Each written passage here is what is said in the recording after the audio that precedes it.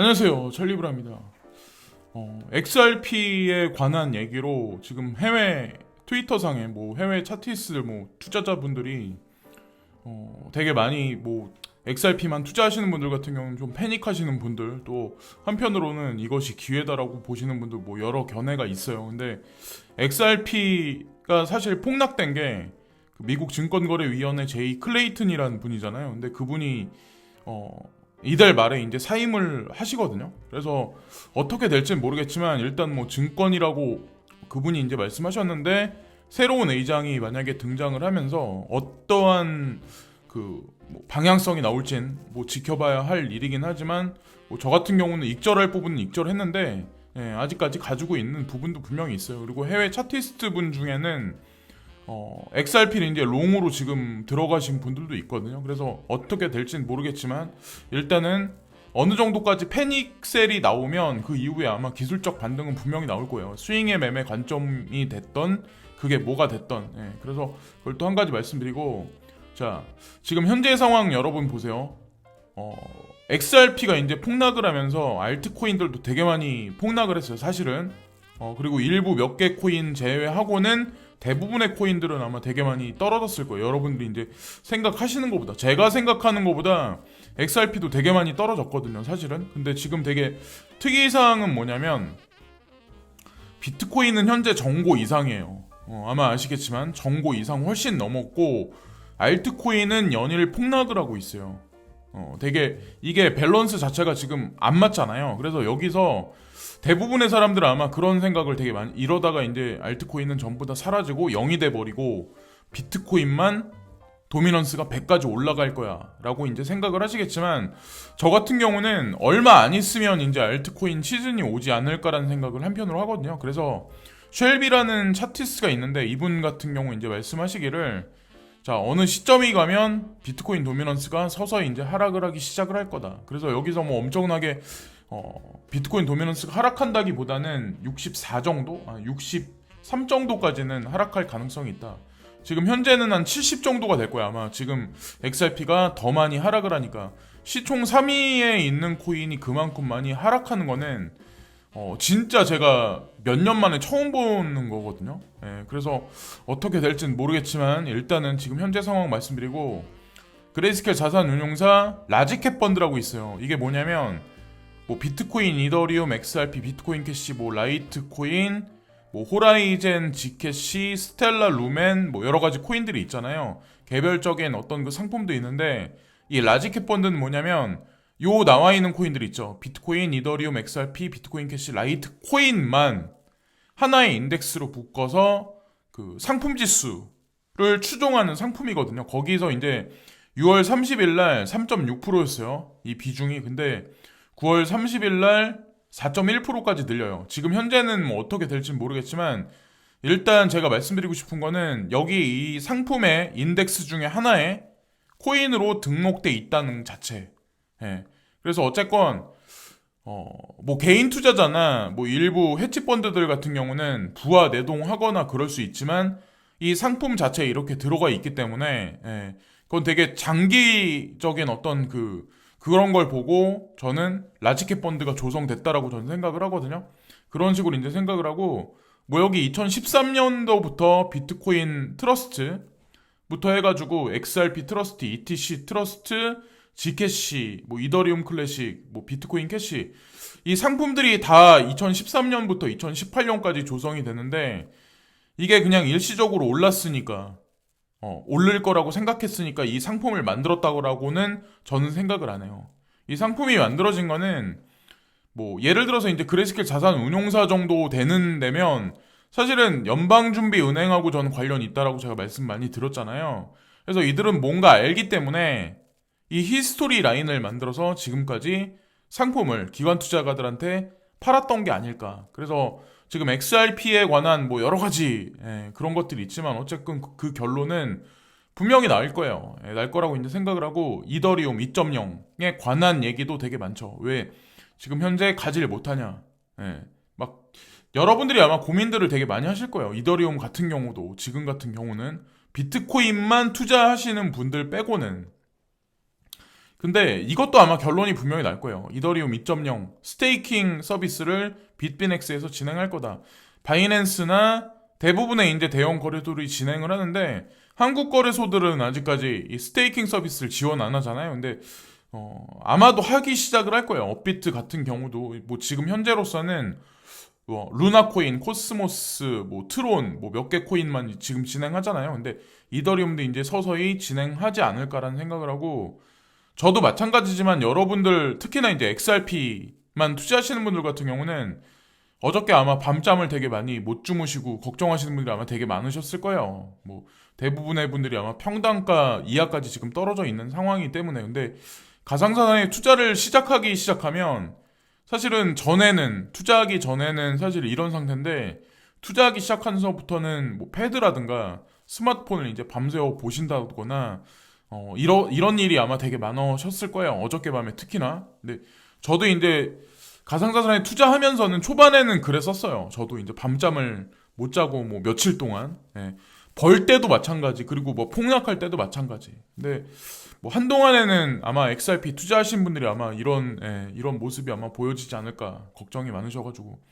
그리고 비트코인에 관해서 이제 말씀드리려고 하는데 이거는 벤자민 플런트라는 분인데 뭐 이분이 이제 파동 시그널로 많이 예측을 많이 하는데 맞을 때도 있고 틀릴 때도 있어요. 근데 비트코인도 지금 잠정적으로는 어느 정도 이제 조정 장세에 있는 건 맞거든요. 그리고 삼각수렴 패턴이 그려지면서 뭐 이게 파동을 금방 그려서 뭐 상승할 거다 이런 걸 말씀드리는 게 아니라 이번 달 말까지는 아무래도 좀 횡보하는 어떤 그 조정의 구간이 나오지 않을까. 지금 상황에서 더 떨어졌다 올라갈 수도 있고 올라갔다 떨어질 수도 있고 그러니까 대동소이한 가격대가 어느 정도 유지하면서 어느 순간이 되면 뭐 26,000달러?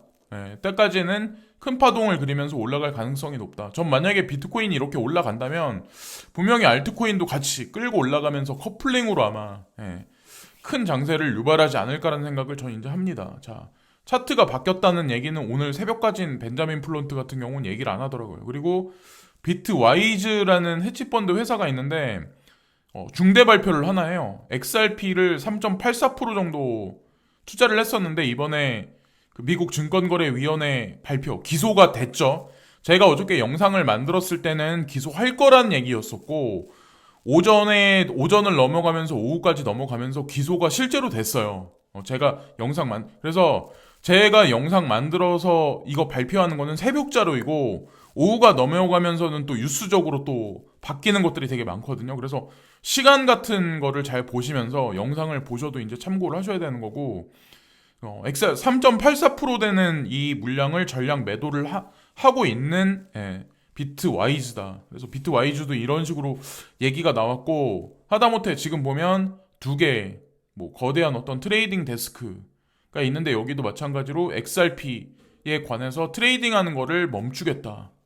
이런 얘기를 지금 하는데 하나는 갤럭시 디지털이라고 마이크 노보그라츠라는 분이 여기 CEO잖아요. 그래서 여기는 이제 그렇게 할 거다. 그리고 점프 트레이딩도 마찬가지로 이 두 개사가 부정적으로 지금 XRP에 관해서 트레이딩을 멈출 거다. 이런 얘기가 나오죠. 그러면서 아마도 대중들한테 패닉을 뭐 유발하거나 아마 지금 현재 상황이 아마 그런 것 같아요. 근데 어떻게 보면 이게 희소식일 수도 있고 시그널의 반전이 있을 수 있는 게 뭐냐면 미국 증권거래위원회 지난 수년간에 이제 제이 클레이튼이라는 이분이 의장이었는데 XRP 폭락을 유발하신 분이 사실 이분이죠. 우리나라로 따지면 이제 박상기 그분인데 사실 그래서 이 제이 클레이튼이라는 이분이 이달 말에 사임을 하세요. 스텝다운이라는 그래서 그런 용어가 이제 돌면서 어떻게 다음 의장이 이제 되면서 결과가 어떻게 나올지 그것도 이제 지켜봐야 할 문제이긴 한데 어쨌든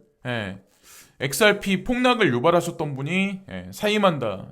이걸 보시고 그리고 암호화폐 합법화를 위한 코인베이스 IPO에 관한 얘기가 주기적으로 지금 반복돼서 나오잖아요. 한 일주일 전부터 해가지고 오늘도 주기적으로 나오잖아요. 아마 이게 진행이 되기 시작을 하긴 할 거예요. 어느 순간에 내년 어느 시점부터.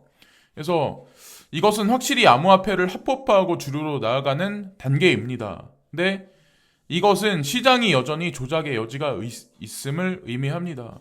코인베이스 거래소가 규제 조사 받는 동안 타 거래소는 조사되지 않을 가능성이 높다. 그래서 조작을 유발할 거다. 이런 얘기를 지금 하는 거죠. 이게 조작이 되게 심해요. 예, 주식시장하고 틀려가지고 아마 아시겠지만 뉴스로 조지고 가격으로 눌러서 조지고 되게 많아요. 그래서 계속 계시다 보면 이게 지금 왜 이런 일이 지금 XRP 상에서 발생이 되나 그런 걸 아마 느끼실 거예요. 그래서 코인베이스 IPO는 암호화폐 주류로의 이동의 신호가 될 것이다. 그래서 투자자와 잠재적인 사용자가 암호화폐에 더 쉽게 접근할 수 있도록 만드는 과정을 계속하는데 도움이 될 거다. 이 코인베이스 IPO가 성공하면 엄청난 일이 아마 나타날 거예요. 그리고 디지털 커런시도 추후에 아마 이것에 관해서 발표를 저는 할 거라고 생각을 합니다. 미국 정부 기관하고도 관련이 있는 데기 때문에 그리고 프라이버시 코인에 관한 무한 전쟁이 끝날 수 있습니다라는 코인텔레그래프의 기사도 나왔잖아요. 그래서 익명성 기술에 관한 것도 아마 어느 시점이 가면 종지부가 찍혀지기 시작을 할 거예요. 그래서 왜 그레이스케일 자산 운용사에 있는데 지캐시나 호라이즌이 왜 계속 추세를 못하냐라고 생각하실 분 있겠지만 이 논쟁도 베리 실버트가 이제 예전에 한 몇 년 전에 이제 그런 얘기를 했었거든요. 블록체인 인프라가 많이 깔리면 깔릴수록 익명성에 관한 기술이 부각되고 필요성이 대두될 수밖에 없다. 고로 지캐시나 호라이젠에 관해서 투자해서 나쁘지 않다. 그리고 지캐시 같은 경우는 5년 안에 6만 달러까지 올라갈 거다라는 얘기를 했었거든요. 그래서 베리 실버트 외에 고인물들, 특히나 이 바닥에서 이제 가상자산 투자하면서 오랫동안 투자를 진행하셨던 분들 같은 경우는 익명성 코인을 필수로 이제 포트폴리오에 다들 가지고 계시거든요. 저 같은 경우도 가지고 있긴 하지만 어쨌건 그 결과는 분명히 나올 거라 생각을 하고 이게 좀 되게 이례적인 일일 수도 있고 말장난일 수도 있는데 지금 증권거래위원회 제이 클레이튼이라는 분이 이제 말씀하신 게 이 뉴스가 나온 게 코인데스크에 나온 거거든요. 이게 2018년 7월 17일 날 나온 뉴스예요. 코인베이스에서 이제 발표를 하길 여기 보면은 그 증권형 토큰에 관한 리스트 하는 거에 관해서 합법화된 규제안이 발표가 됐다. 이런 얘기가 여기 나와요. 2018년 7월 17일 날. 근데 이때 이제 발표를 했던 게 누구냐면 여기 증권거래위원회에서 이제 발표를 하기를 제이 클레이튼이란 분이죠. 올해 이제 이번 달 말에 사임을 하시는 분. 그분이 모든 ICO 증권형들은 모두 증권형으로 간주한다. 그러니까 ICO는 모두 증권형으로 간주를 한다. 이런 얘기를 발표를 해요. 이때는. 그래서 지금 현재는 이제 그 XRP 같은 경우 증권형으로 간주를 해버렸잖아요. 그럼 과연 이 얘기는 뭐가 될까요? 그러니까 앞뒤가 안 맞는 거예요. 이 말이. 되게 2018년 7월달 뉴스인데 뉴스임에도 불구하고 자 2년이 흘렀는데 이게 과연 어떤 게 진실일까요?